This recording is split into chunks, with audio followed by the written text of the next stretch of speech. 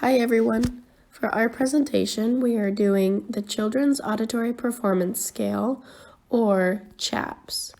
This is done by Caddy Cagle, Taylor Ford, Dominique Gillian, Carissa Hartman, myself, Megan Hubenya, and Caitlin Perry. We will be discussing who developed it and where they developed it, the purpose of CHAPS, who can utilize it, and how it's administered and scored. At the end of our presentation, we will have a demonstration of how to administer and score CHAPS. CHAPS was developed by a research team led by Dr. Walter Smosky. He was assisted in the research by Dr. Michael Brent and Dr. Curtis Tannehill. CHAPS was developed in the United States at Illinois State University. It was first published by the research team in 1992. Where can CHAPS be obtained? CHAPS is published by the Educational Audiology Association at the listed web address on our slide. Here, you can purchase the instruction book and questionnaire sheets. The questionnaire sheets are available in PDF format from various other institutions. Many of these institutions credit Dr. Smosky with allowing them to make the materials available. Dr. Walter J. Smosky is one of the creators of CHAPS, allowing these materials to be offered online by various institutions gives many clinicians, like speech-language pathologists or audiologists, and teachers the opportunity to test children and identify children with a hearing loss or hearing difficulty. The CHAPS questionnaires are copyrighted, so be cautious when using these other free resources. In our next slide, we will be discussing the purpose of the Children's Auditory Performance Scale. The purpose of CHAPS is to help detect children and students who have a hearing loss and are demonstrating hearing difficulties. The assessment is used to distinguish children at risk of having auditory processing disorders. Here is an example of the CHAPS exam with one of the different subcategories.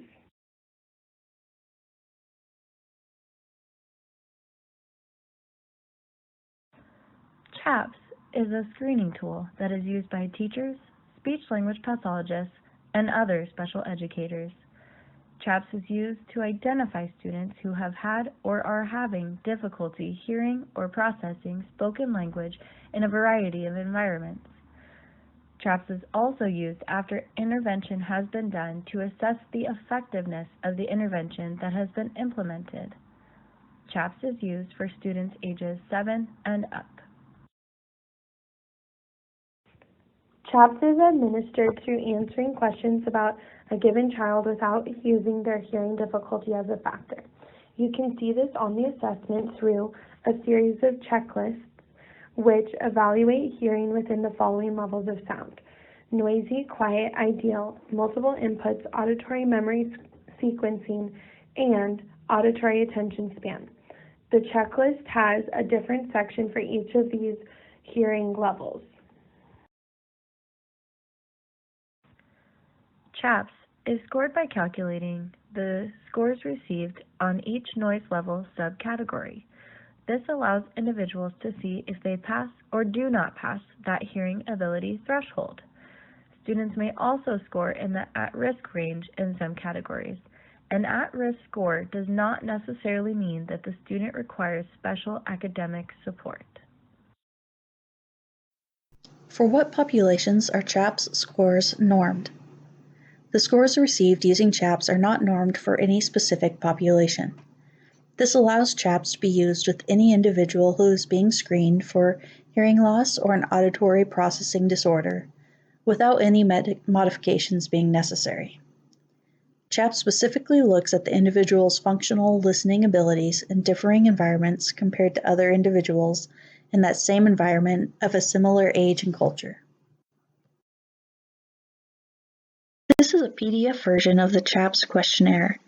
This PDF version is provided by the Sonova company with the permission of Dr. Walter Smosky. This demonstration will explain how to complete the CHAPS questionnaire accurately. On this screen, you can see that this would be the second page of a printed questionnaire, and there is an instruction that basically goes over the fact that you want to compare the child that you're screening with the other children of similar age and background in those environments. You're not comparing the child to if they're having any difficulty in a noisy situation listening. You're comparing them to any increased amount of difficulty they're having listening in that environment compared to other children of a similar age and culture. On this screen, you're going to fill in a student's name, their date of birth, their home language, what school, what grade, and who's filling out the form. If it's the teacher or if it's the parent, they'll enter their name. Down here you have the hearing care professional, the examiner, which would be the person that provided this form and requested for it to be filled out, the date that it's being filled out, and if the child has any current hearing technology. If they don't, then you can click NA, and that's also something that you might have here with the hearing care professional if one has not been assigned yet.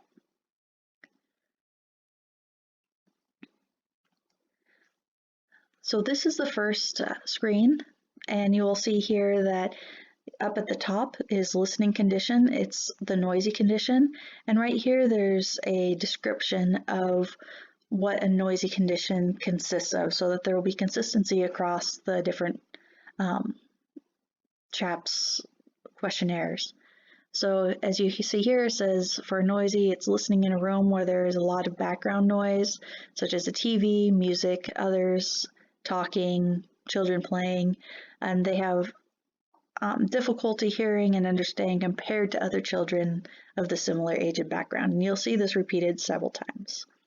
So here you'll go and see there's the different levels of difficulty that they may be having compared to the other children there. So they might be having less difficulty, might be around the same, slightly more, more difficult, considerably more, significantly more, and cannot function at all. And you'll be answering on that Likert scale for each one of these 7 questions below for only the noisy condition. So if you see here, I'll click that they paid attention, they had less difficulty, and I'm just going to kind of randomly select some here as an example of what you would be doing as you look through and evaluated each of these conditions. And you'll see that there's a different page for the quiet, and it has different questions. And it's important as you're filling this out to read the instructions for each one of these environments, and then carefully read through the questions as they do change for each of the environments.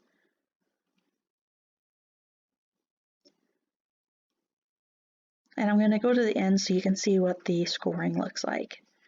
So on this PDF version, when you click the boxes, it actually tabulates the score for each of the environments for you.